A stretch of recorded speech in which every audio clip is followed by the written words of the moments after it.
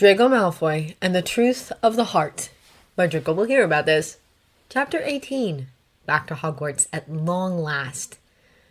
Well, Draco said, finally getting out of that hideous soaking dress and into dry clothes as they had dropped off the dragon's back and into a mountain lake. Said dragon was now resting on the other side of the shore.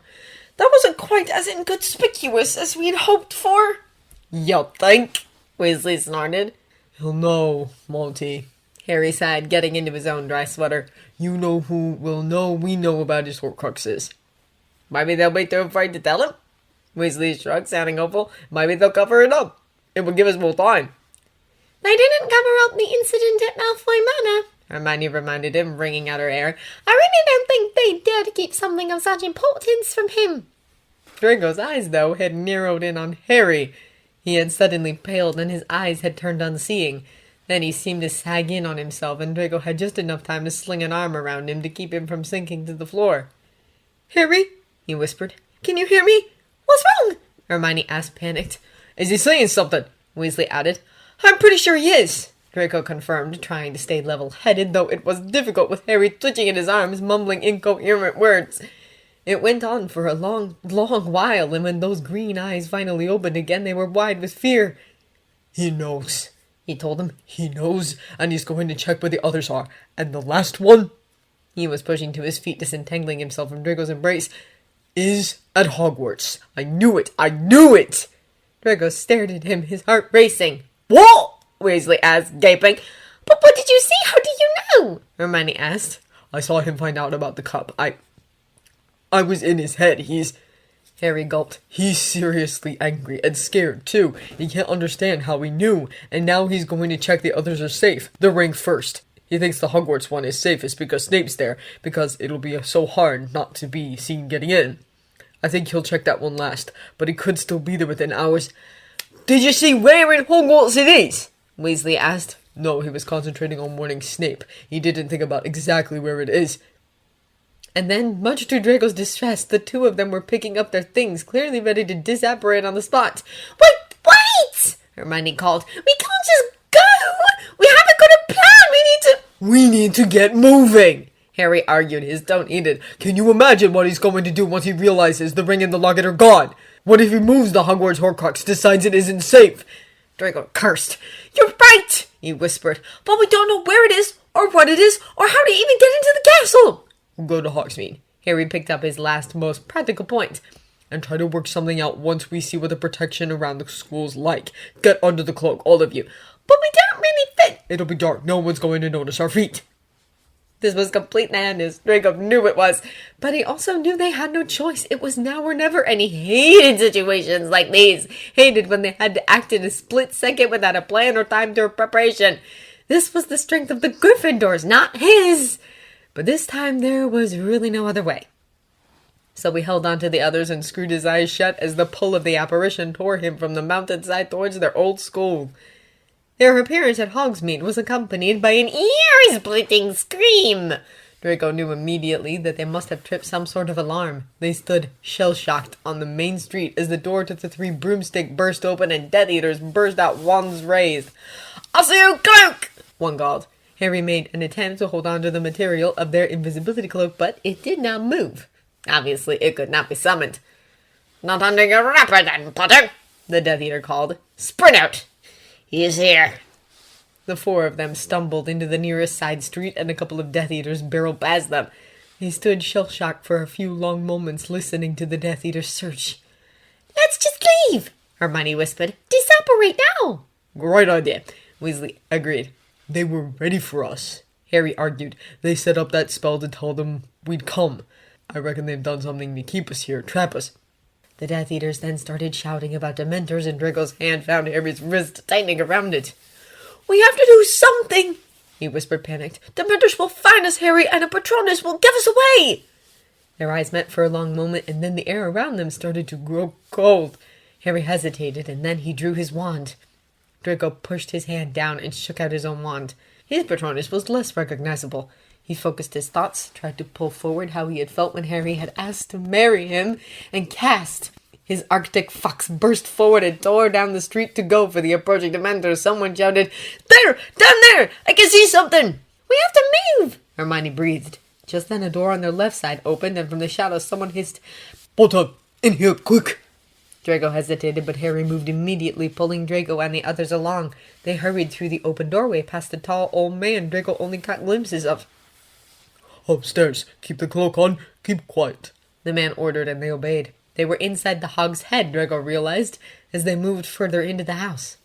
They made their way behind the counter and through a second doorway up the stairs, which led them into the private rooms of their savior, who appeared to be the old keeper of the pub. They heard shouting from down on the street, the barman and the Death Eaters.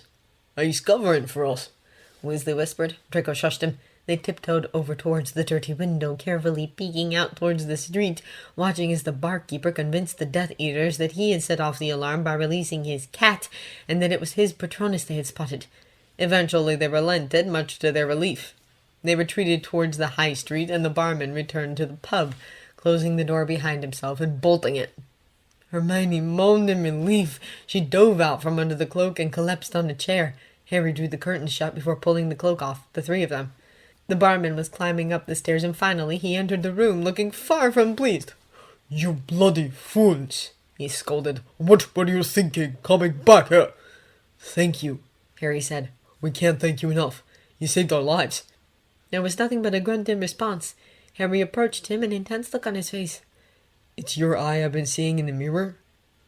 Draco blinked, not sure what Harry was referring to. The mirror? What mirror? Which eye? You sent Dobby, Harry continued, and it took a few moments, but then the pieces fell together. Malfoy Manor. I did, the barman huffed. And not a moment too late, by the sound of it. He looked over to Draco, who stood a little straighter under the scrutiny. His gaze traveled back to Harry, though, when he found no outer traces of his maltreatment. You're Aberforth, Harry muttered. Draco blinked, looking at the barman more closely. He'd never have made the connection, not with how unkempt and filthy he looked, but there was something in his eyes that indeed reminded him of Dumbledore. How did you get this? Harry asked, crossing the room towards where a small rectangular mirror was propped up on the mantelpiece, beneath the portrait of a girl. Bought it from Doug about a year ago, Aberforth suggested. Albus told me what it was. Been trying to keep an eye out for you. Weasley gasped. The silver dough! He called. Was it you? What?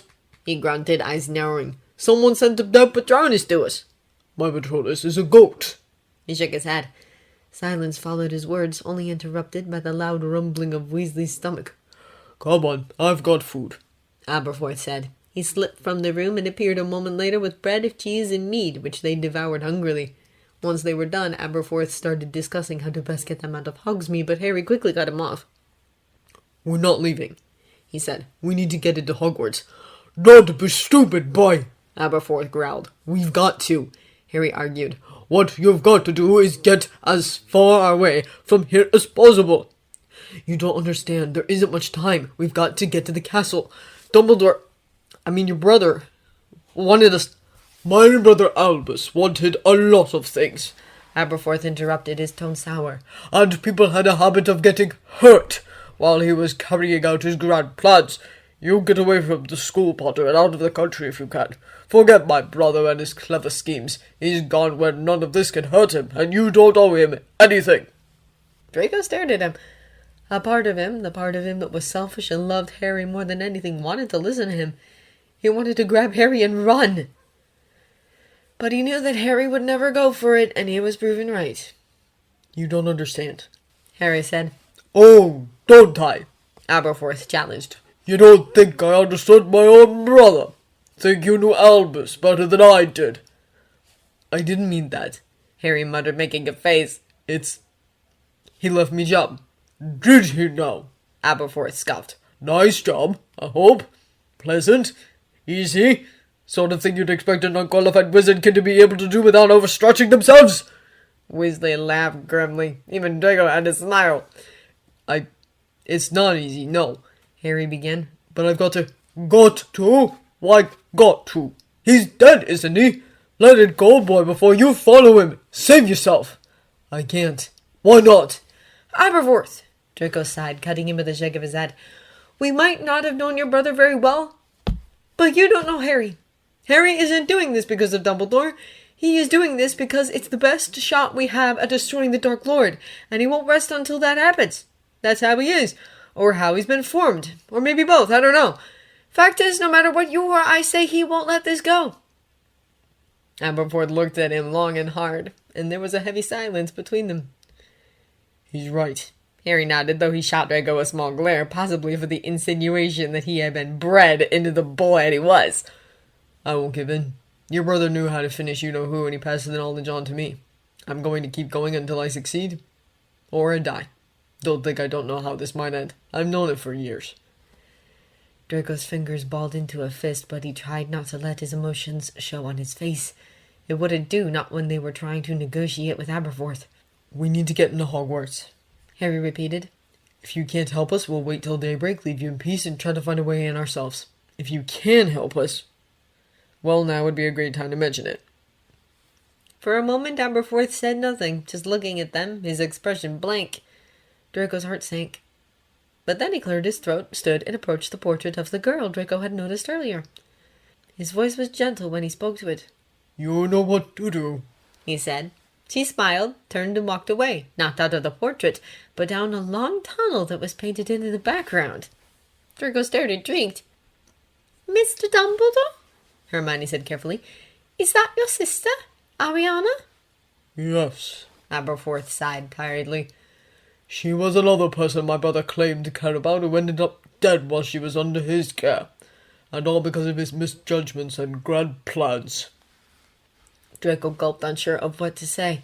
The things he had read in Skeeter's book came back to him. Dumbledore's correspondence with Grindelwald, Dumbledore signing his name with the symbol of the Deathly Hallows, which was later associated further with Grindelwald. He wanted to ask, but refrained from doing so. "There is only one way in now," Aberforth said at last, cutting through the heavy silence. "You must know they've got all the old secret passageways covered at both ends. Dementors all around the boundary walls. Regular patrols inside the school, from what my sources tell me. The place has never been so heavily guarded. How you expect to do anything once you get inside it, with Snape in charge of the Carrows as his deputies? Well, that's your lookout, isn't it? You say you're prepared to die?" "But what?" Hermione asked, frowning at Ariana's picture. She had reappeared at the edge of the tunnel, but she wasn't alone. Someone was at her side, and it took a while for them to recognize who it was. They stared as the figures grew bigger and bigger on the canvas, and then Weasley gasped as it became clear who was approaching them. Neville Longbottom! The portrait swung open, revealing a passageway, and Neville stepped out with a huge smile on his bruised face. It looked horrible, truth be told. Not only was he clearly hurt, but his clothes were also torn, and he was in desperate need of a haircut. That did not stop him from pulling them into delighted hugs, calling, "I knew you'd come! I knew it, Harry!" "Neville, what the... how..." "I knew you'd come! Kept telling Seamus it was only a matter of time!" "Neville, what happened to you?" "What, this?" he scoffed, shaking his head dismissively. "This is nothing. Seamus is worse, you'll see. Shall we get going then? Oh," he said, turning to Aberforth, "and there might be a couple more people on the way." "Couple more?" Aberforth frowned. "What do you mean a couple more, Longbottom? There's a curfew and a caterwauling charm on the whole village." "I know, that's why they'll be operating directly into the bar," he shrugged. "Just send them down the passage when they get here, will you? Thanks a lot." "This is not an apparition, but you know," he muttered, but it was more to himself than to them. Neville just laughed. They thanked Aberforth and followed Neville down the passageway behind Ariana's portrait. Smooth steps let them down into the ground, and lamps on their sides lit their way. "How long's is this, Bunny?" Weasley asked. "It isn't on the Marauders map, is it, Harry? I thought there were only 7 passageways in and out of the school." Neville then proceeded to explain how the Death Eaters had sealed all of the existing passageways up, and how this one had only opened up recently in their time of need. Probably a feature of the Room of Requirement, where it led to. He then kept asking them questions about their year, which they returned with questions about the state of things at Hogwarts. That was how they killed the time until they reached the school. They listened, horrified, as Neville gave them an offhanded report on how the school had been run since Snape had become headmaster, how the Carrows had made students use unforgivables on other students as punishments, and how they had used physical torture when someone refused, how the DA had publicly rebelled, trying to give people hope, and how they'd try to snuff that out with brutal methods until people were scared to be associated with them. We still have quite a following, though. You won't believe it, Neville told him cheerfully. The number of Slytherins that walked over. Ryan went down loud and proud, and he took a whole bunch of younger kids with him. We're all hiding out together. Hiding out? Draco repeated. Yes, Neville nodded. You know, those of us who are known rebels, and who refuse to bend to the Kira's regime any longer, or who had their relatives threatened because of their behavior here. They needed a place to hide, and Hogwarts provided it. We're here. He turned a corner and found the end of the passage ahead of them, leading to a door. Neville went ahead, pushing it open. He climbed through, calling, Look if it is! Didn't I tell you? Harry went next, and Draco went after him, already hearing the screams. Harry! It's Potter! It's Potter! Before Draco's eyes could focus on anyone, though, he heard a familiar voice called, Captain! He blinked, and then he was barreled into by two girls, the twins, Zoe and Karina, and then Ryan and Eureka came into view along with Abbas. On an instinct, Draco pulled them all into a group hug. He heard Ryan laugh as he squeezed him around the shoulder. Abbas was sniffling, and when they pulled away, his former beater had tears in his eyes, which he decided to not mention. Took you long enough, Ryan grinned, nudging him. Where have you been? Sorry, Draco grinned. Busy keeping chosen ones alive and all that. Honestly, Ryan huffed, rolling his eyes. Priorities, Malfoy. Draco laughed. He couldn't help it. Okay, calm down, Neville called, making them all fall silent and turn towards him. Finally, Draco was able to take a look around. The room of requirement had turned into some sort of oversized wooden cabin, decorated in tapestries of all four houses. The walls were decked with bookshelves, and around the room, Draco could spot countless of cots, trunks, a few brooms, and a large wireless in the middle of the room. Neville then proceeded to explain how he had discovered the place. One day when the Carrows had chased him and he had needed a place to hide, how the Carrows can't get in, how the others had joined him, and how the pathway to the Hog's Head had opened to provide food. Draco was only half listening, instead taking in all the faces. There were quite a few people he recognized, most of them former DA members like Finnegan, Brown, the Betwill twins, Boot, Macmillan, Goldstein, or Corner. But there were others too, lots of them he had never seen before. Quite a lot were wearing Slytherin robes. Some were staring at him in awe. He smiled nervously when their eyes met. Again, people started asking them what they'd been up to, but before they could really get into it, Harry flinched, closing his eyes. A vision, Draco realized immediately. He crossed the room towards where Harry had been dragged off to, touching his arm gently. After a moment, he blinked his eyes open, looking at Draco in open alarm. "We need to get going," he muttered. Draco nodded, catching Hermione and Weasley's eyes. They both nodded too. What are we going to do then, Harry? Finnegan asked, much to Draco's surprise. What's the plan? Plan? Harry repeated, obviously just as bewildered as Draco. Well, there's something the four of us need to do, and then we'll get out of here. A dead silence followed his words. What do you mean? Get out of here, Neville asked. We haven't come back to stay, Harry answered, still rubbing at his scar, which was clearly bothering him. There's something important we need to do. What is it? I can't tell you. Why can't you tell us? Neville asked, an edge to his voice. The others were getting exasperated too, Draco could tell. He could see how this looked to them, and he did not like it. It's something to do with finding you-know-who, right? Well, yeah. Then we'll help you, Neville insisted. Harry, Draco breathed, turning to him. He was still touching him, and he was now gentling his grip to run his thumb over his elbow. Let them help. We'll need all the support we can get. This is a race against time, and right now they know Hogwarts better than we do. They can help us find what we're looking for. Harry met his gaze, clearly skeptical. Draco squeezed his arm in reassurance. You don't have to do everything on your own, Harry, he whispered. Before Harry could answer, the door leading to the Hog's Head swung open, revealing a couple more familiar faces. We got your message, Neville. Hello. I thought the four of you must be here.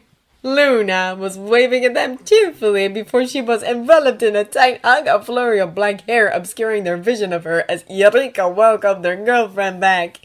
More movement followed. Seamus let out a roar of delight as he went to greet Dean. Yetin and Viola waved to the crowd, causing Karina and Zoe to scream and barrel into them as well, the way they had done with Draco. A group of familiar Hufflepuffs surrounded a fifth person who Draco hadn't caught a glimpse of, but could guess the identity of.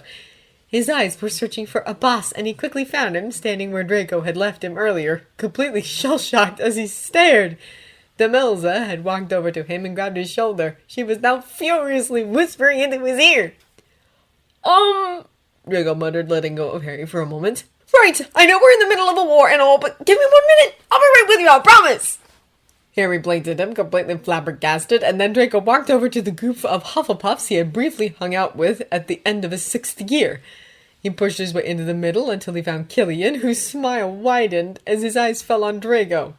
Draco, oh my god, it's so good to see you! Hi! Hi! Draco grinned, reaching out to grasp his forearm. Sorry to abduct you, but there is something you have to do! And with that, he pulled Killian forward and away from his friends. Killian spluttered but fell silent when his eyes fell onto Abbas. He let Draco manhandle him toward the Slytherin, and he exchanged a grin with Demelza, who stepped back with a look of delight, giving them just a bit of space but not enough to miss the show. With a tiny push, Draco let go of Killian, and then the two of them were face to face at last. Draco could tell Abbas had tears in his eyes again, and it broke Draco's heart a little. Hi! Killian said softly, attempting a smile.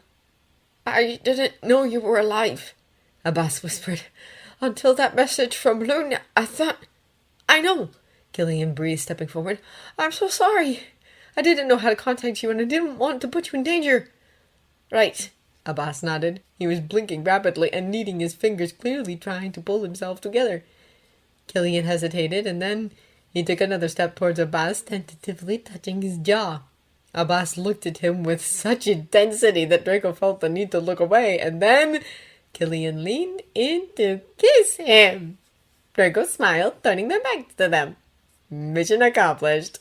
Before he could return to Harry, though, the door swung open again, revealing a whole lot of ginger. Draco! Ginny grinned, pulling him into a tight hug, seeing as he stood closest to the door. Ain't you a sight for sore eyes? You know, Ryan commented, sounding amused, if you're going to jump into a blonde Slytherin's arms, it should at least be your boyfriend's. Just so you know. Hi, babe! Ginny grinned, freeing herself from Draco to pull Ryan into a passionate kiss. Draco looked over to the door, finding Fred and George with their friendly Jordan in tow, as well as... Draco's eyes narrowed. Cho-Chang. I got the message, she announced, holding up her golden coin, and Draco took that as his cue to walk over to Harry's side again, pointedly entwining their fingers. Harry looked at him with raised eyebrows. So what's the plan, Harry? George called. There isn't one, Harry sighed. Just making it up as we go along? My favorite kind. Fred grinned. He groaned, looking up at Draco pleadingly. Draco smiled at him sheepishly. Okay, everyone, settle down, he called, waving over Hermione and Weasley. The thing is...